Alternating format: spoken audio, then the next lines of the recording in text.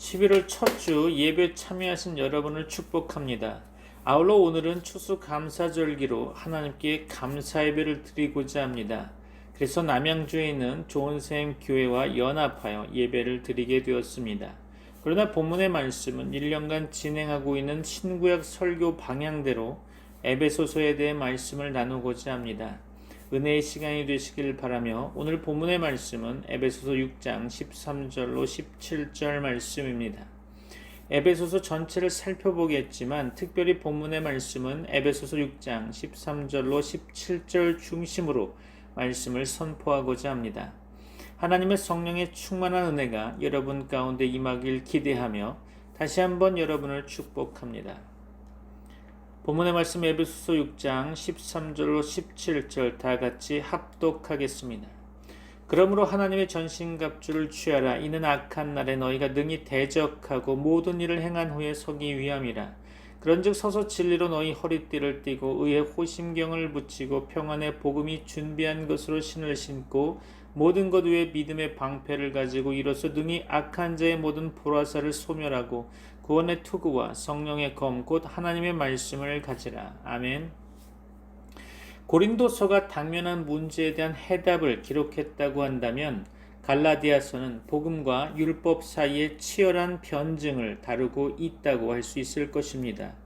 아울러 본 서신 에베소서는 교회의 본질, 다시 말하면 교회론에 대한 내용을 집중적으로 다루고 있습니다. 에베소서는 교회와 그리스도와의 관계, 다시 말하면 기독론을 아주 차분하면서도 조용하게 가르치는 교리서라고도 말할 수도 있을 것입니다.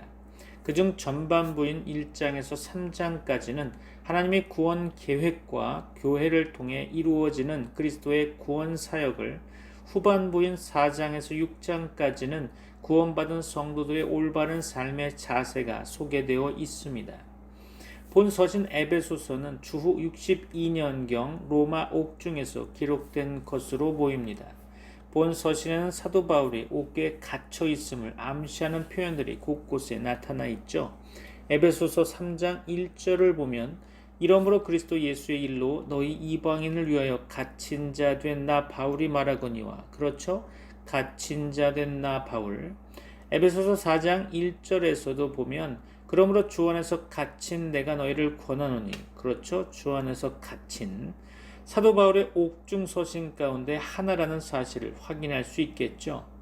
사도행전에 의하면 바울은 빌립보, 가이사랴, 로마 등 모두 3차례 감옥에 투옥된 것으로 나타나고 있습니다.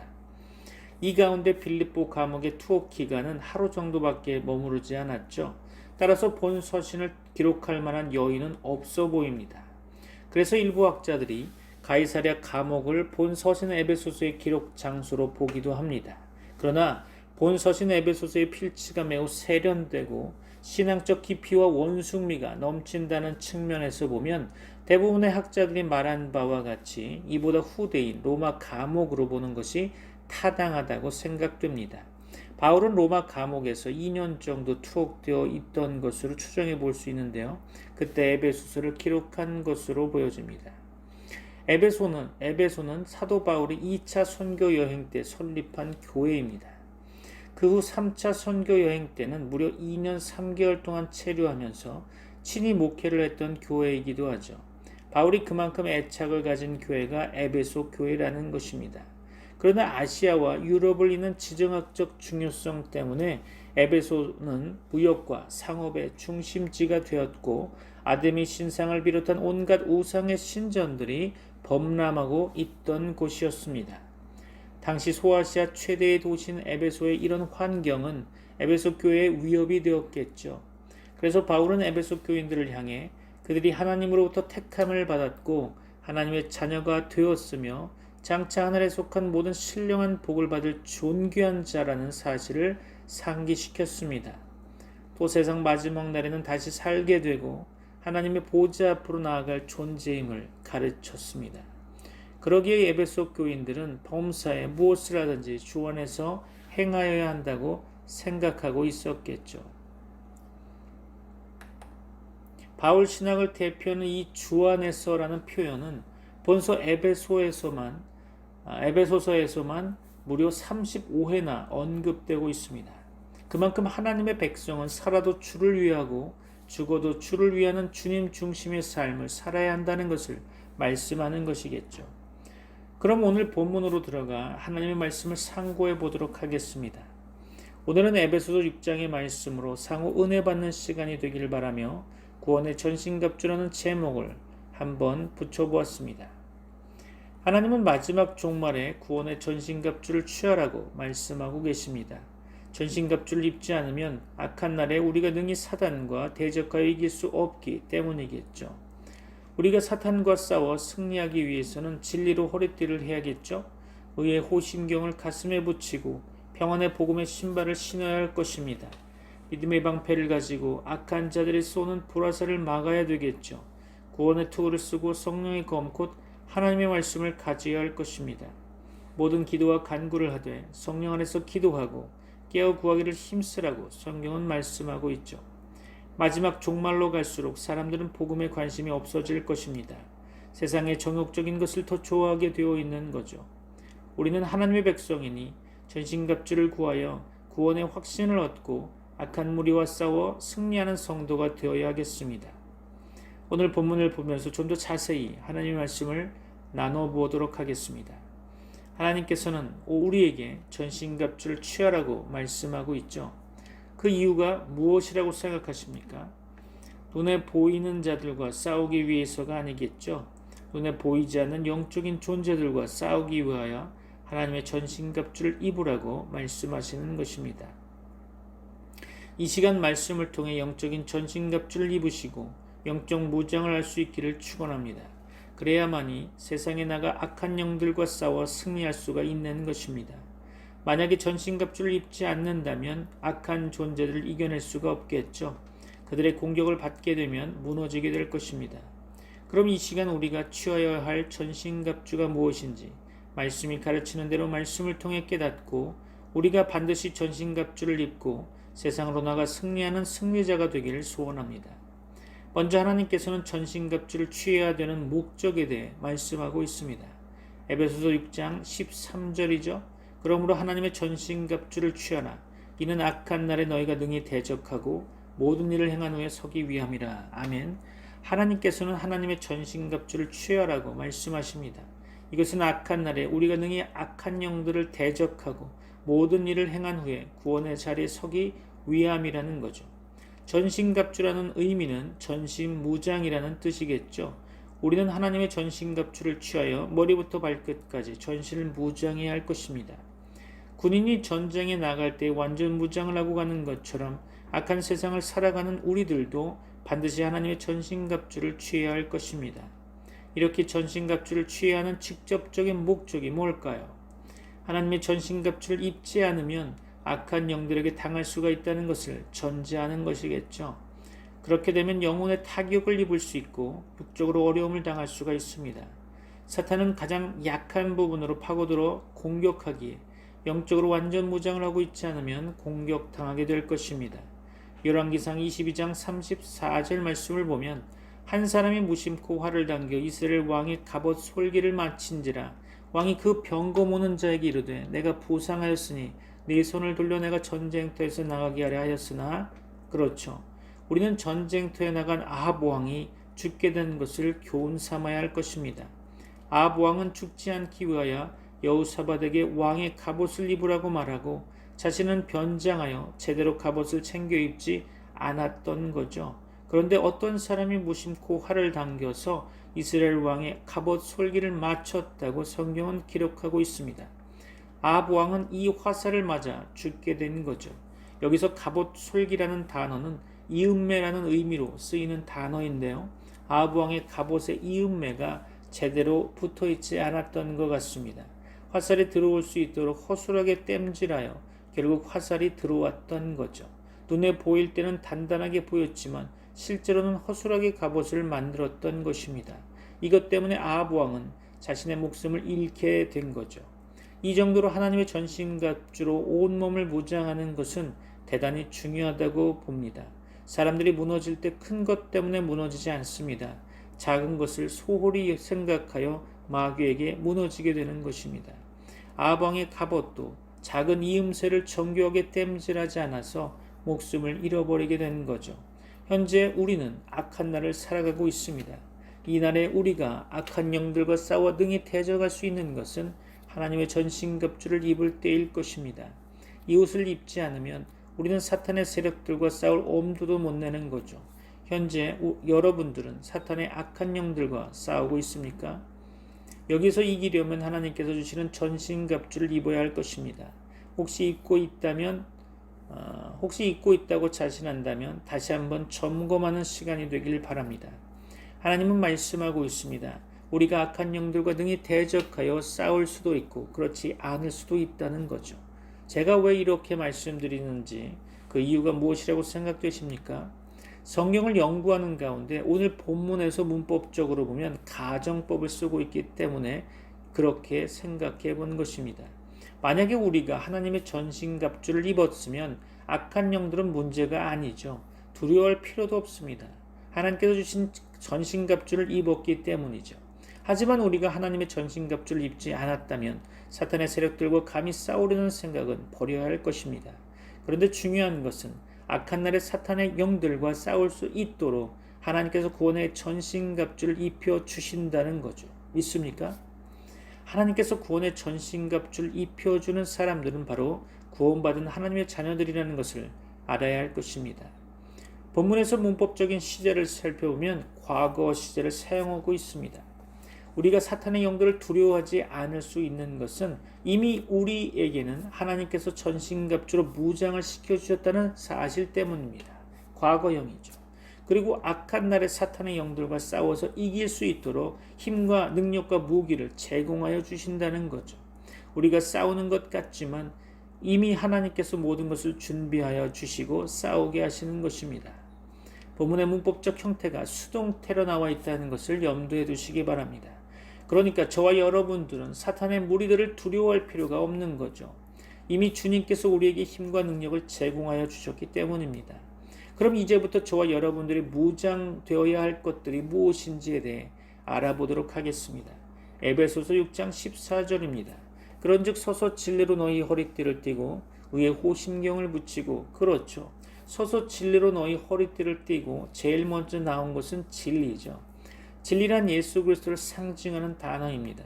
요한복음 14장 6절 말씀을 보면 예수께서 이르시되 내가 곧 길이요 진리요 생명이니 나로 말미암지 않고는 아버지께로 올 자가 없느니라. 아멘. 진리 되신 분이 바로 예수 그리스도이십니다. 십자가 복음의 말씀이 확실하지 않으면 안 되는 거죠. 처음으로 등장한 것이 가장 중요한 핵심으로 생각할 수 있습니다. 진리로 허리띠 삼아야 한다는 것을 기억하시기 바랍니다. 바울이 로마 군인들을 상상하면서 가장 먼저 중요하게 보았던 것이 아마도 허리띠였을 것입니다. 그것을 비유하여 가장 중요한 것이 진리라고 말하는 거죠. 진리 되신 예수 그리스도 그분을 온전히 붙잡으시기 바랍니다. 그분으로 말미암은 복음, 바로 십자가의 복음이 우리에게 각인되어지길 소원합니다. 진리라는 단어는 숨기다 또는 눈에 띄지 않다라는 단어에서 유래되었다고 합니다. 진리는 아무에게나 나타나고 알 수 있는 것이 아니라고 말씀드릴 수가 있겠죠. 예수 그리스도의 진리는 선택된 자녀들에게만 가르쳐주는 하나님의 비밀입니다. 주님이 구원자라는 것이 확실한 사실이며 이것은 만세전에 감추어졌던 비밀이기에 모든 사람들이 알지 못했고 눈에 띄지 않았던 것입니다. 하지만 하나님께서 눈을 열어 보여주는 자들에게는 예수님이 구원자이시며 메시아라는 사실을 깨닫고 알게 되는 거죠. 이런 진리가 허리에 띄어 있어야 할 것을 말씀하고 있습니다. 그럼 하나님께서는 왜 진리를 허리에 띠라고 말씀하는 걸까요? 창세기 35장 11절에 보면 하나님이 그에게 이르시되 나는 전능한 하나님이라 생육하며 번성하라 한 백성과 백성들의 총회가 내게서 나오고 왕들이 네 허리에서 나오리라. 아멘. 이 본문은 하나님께서 야곱에게 약속하신 말씀을 기록한 것입니다. 전능하신 하나님께서 생육하며 번성하라고 말씀하시고 야곱에게 언약하셨는데 허리에서 백성들의 총회와 왕들이 나오게 될 것이라고 말씀하시는 거죠. 그럼 허리의 의미는 무엇일까요? 바로 생명을 상징하고 있는 거죠. 하나님께서 예수 그리스도의 진리를 허리에 띠라는 것은 구원을 얻었다는 것을 확신하라는 의미일 것입니다. 또한 죄에서 자유롭게 되어 악한 날에 사탄의 영들과 싸울 수 있도록 무장을 시켜주셨다는 것을 알 수 있을 것입니다. 그래서 허리는 생명을 상징하는 거죠. 우리가 진리로 허리에 띄었다는 것은 우리가 구원을 받았다면 이제는 생명을 탄생시켜야 하는 것을 의미하는 것이겠죠. 그래서 우리가 먼저 구원을 받고 허리에서 생명을 많이 나오게 해야 하는 것입니다. 하나님께서는 예수 그리스도의 의를 가슴에 붙이라고 이어서 말씀하고 계시죠. 예수 그리스도의 의로운 행위를 가슴에 붙이지 않으면 사탄에게 당할 수가 있다는 거죠. 의가 소유하고 있는 것이 무엇입니까? 바로 생명입니다.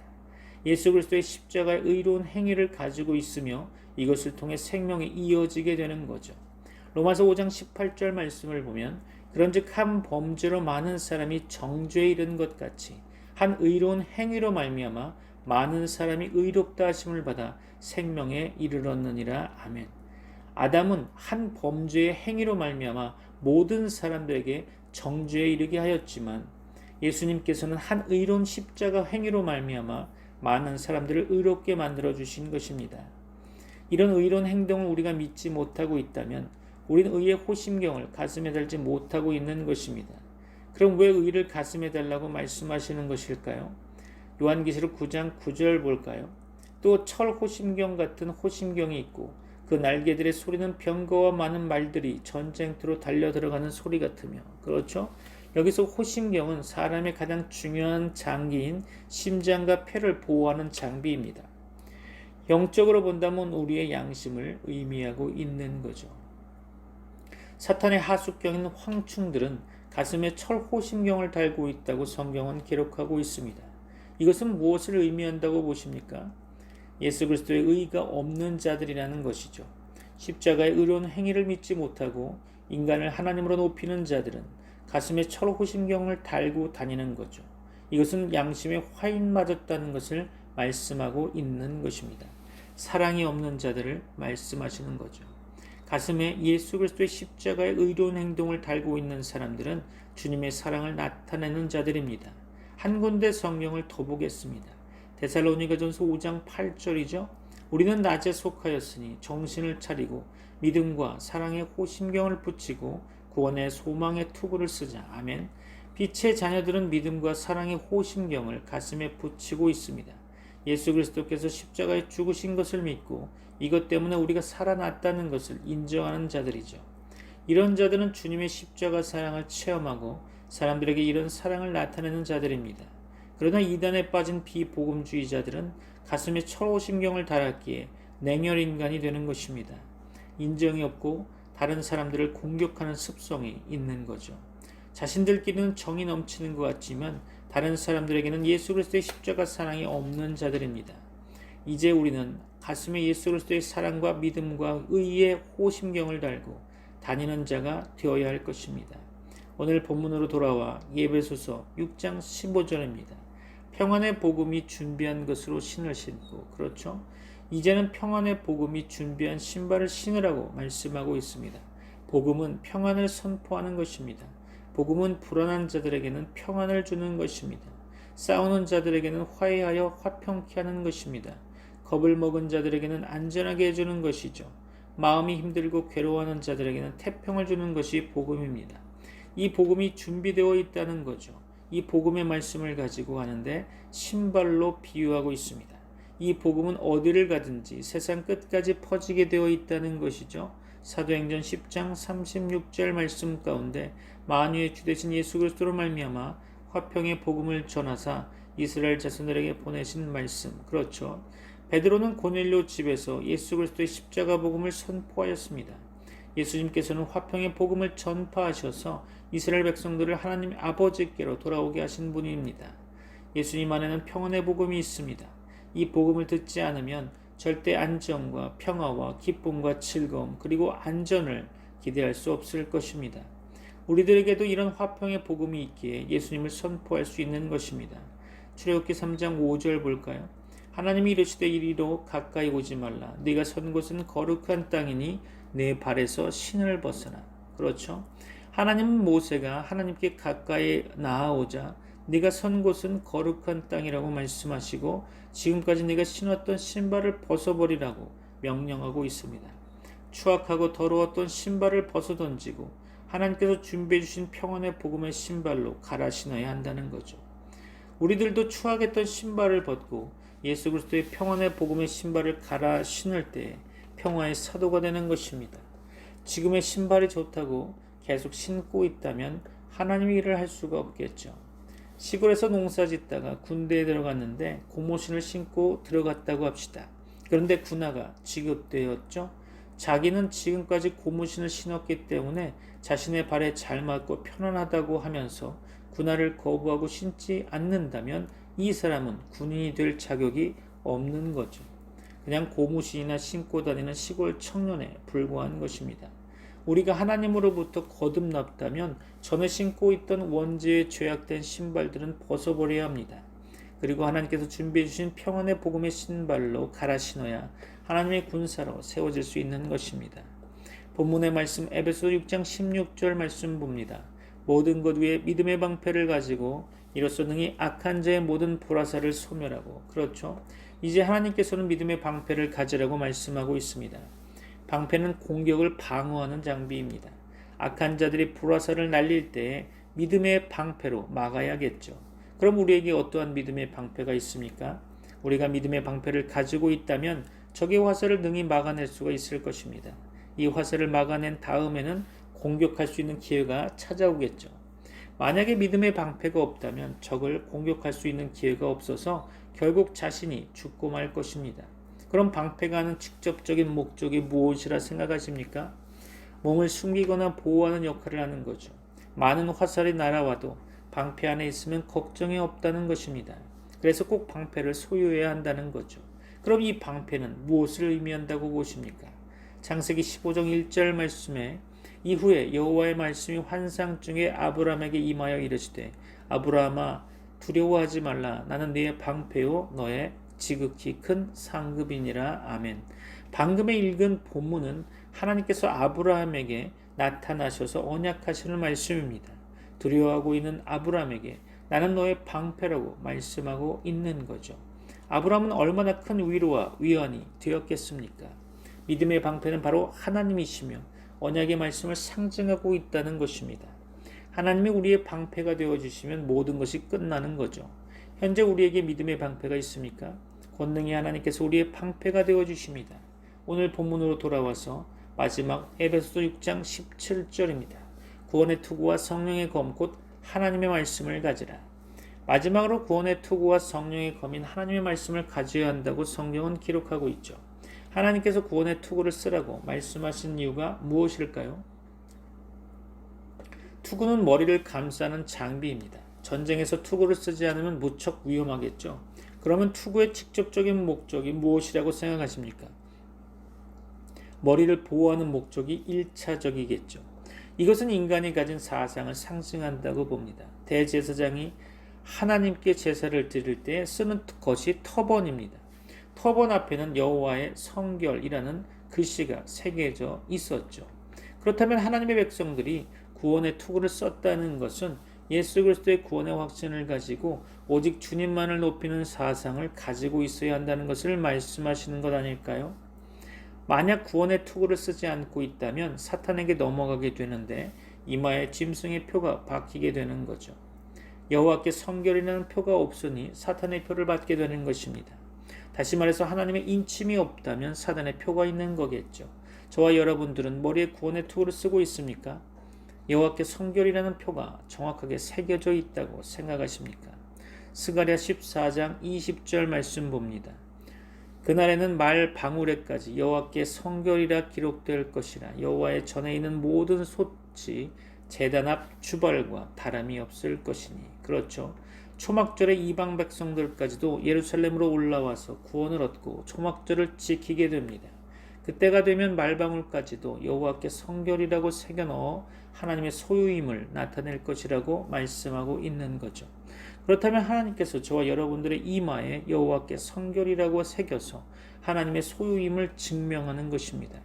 구원의 투구를 썼다는 것은 여호와 하나님의 소유라는 것을 인정하는 것입니다. 그 다음에는 성령의 검을 소유해야 하겠죠. 그동안 계속 방어만 했는데 이제 공격을 해야죠.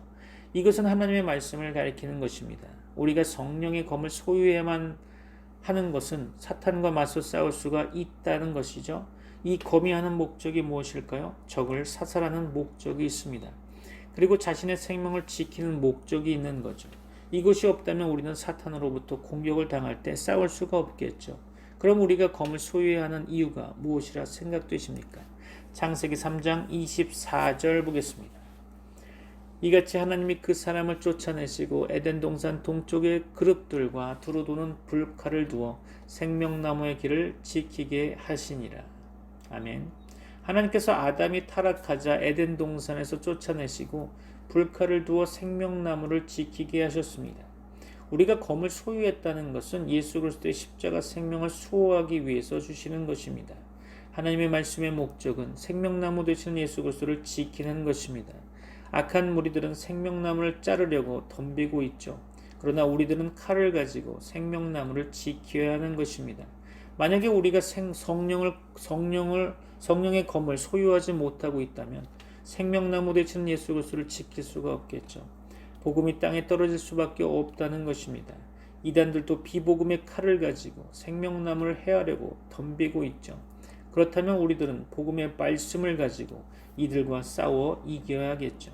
사랑하는 성도 여러분, 하나님께서는 우리들에게 구원의 전신갑주를 취하라고 말씀하셨습니다. 현재 내가 어떤 것은 취하고 어떤 것은 취하지 못했는지를 말씀을 통해 깨달으신 줄로 압니다. 구원의 확신이 없고 우리 사상이 비진리를 좋아하고 있다면 투구를 쓰지 못하고 있는 것입니다. 십자가 예수 그리스도의 진리의 복음을 즐겨 들으려고 하지 않는다면 아직도 구원의 투구를 쓰지 못한 것이죠. 그렇다면 이 시간 예수 그리스도의 복음의 사상으로 돌아오시면 됩니다. 다른 것보다 십자가 복음 말씀을 기뻐하고 즐거움으로 듣는다면 구원의 투구를 쓰시는 것입니다.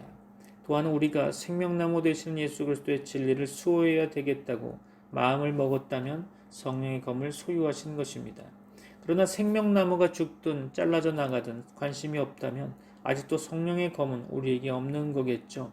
이 시간 진리의 생명나무를 우리가 사단의 무리들로부터 보호하기 위해서는 반드시 성령의 검이 필요합니다. 이 시간 소유하게 되시기를 바랍니다. 그리고 믿음의 방패를 소유했다는 것은 전능하신 하나님을 믿고 의지하는 것입니다. 하나님은 우리의 방패가 되어주시고 악인의 불화살을 막아주십니다. 아직도 방패를 소유하지 못했다면 이 시간 전능하신 여호와 하나님을 믿고 의지하시기 바랍니다.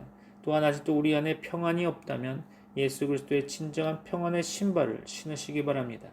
복음에 대한 확신이 없고 늘 고민과 불안에 차 있다면 주님께서 준비해 주신 복음의 신을 꼭 신으시기 바랍니다. 그러면 두렵지 않을 것입니다. 가시밭들 걸어가도 두렵지 않고 광야를 걸어가도 아프지 않을 것입니다. 그리고 사랑과 믿음과 의의 호심경을 가슴에 꼭 붙여야 합니다. 이 호심경을 통하여 마음의 실족함이 없게 되는 것입니다. 우리가 신앙생활을 하다 보면 형제들에게 실족하여 믿음을 버리는 자들이 더러 있습니다. 의의 호심경을 붙이지 않았기 때문이겠죠. 호심경을 통해서 여러분들의 실족함을 방어해 줄 것입니다. 그리고 마지막으로 진리의 허리띠를 띠어 꼭 생명을 잉태하는 역사가 일어나야 할 것입니다. 복음을 선포하여 많은 자들이 주님께로 돌아오게 하는 역사가 저와 여러분들을 통해서 일어나야 할 것입니다. 오늘 말씀을 통해 하나님께서 준비해 주신 전신갑주를 입고 세상에서 악한 날에 굳게 서시는 저와 여러분들이 되시기를 주님의 이름으로 축원합니다. 기도하겠습니다. 이제는 우리 주 예수 그리스도의 은혜와 하나님의 사랑과 성령님의 교통하심이 트리니티 미라클 모든 권속들과 세계 교회 위에 이제부터 영원까지 함께 있을지어다. 아멘.